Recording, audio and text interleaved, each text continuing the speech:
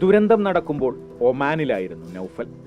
നാട്ടിൽ എന്തൊക്കെയോ സംഭവിച്ചു എന്നറിഞ്ഞ് വിമാനം കയറുമ്പോഴും പ്രിയപ്പെട്ടവർ സുരക്ഷിതരായി എവിടെയെങ്കിലും ഉണ്ടാവുമെന്ന പ്രതീക്ഷയുണ്ടായി.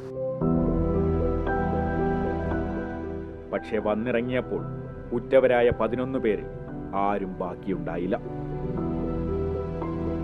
എൻ്റെ ഉമ്മയും ബാപ്പിയൊന്നും മരിച്ചത് ഞാൻ അറിഞ്ഞിട്ടില്ല. പിന്നെ ഞാൻ വന്നാണ് എൻ്റെ മകളെ കിട്ടിയത്.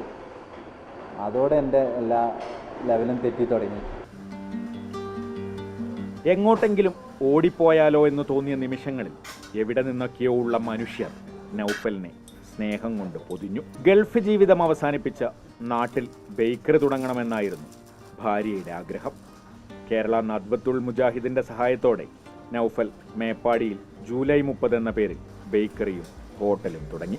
ദുരന്തത്തിന്റെ 1ാം വാർഷികത്തിന് മുന്നേ തന്നെ മസ്കറ്റ് KMCC നൗഫലിന് പുതിയ വീടും നിർമ്മിച്ചു നൽകി.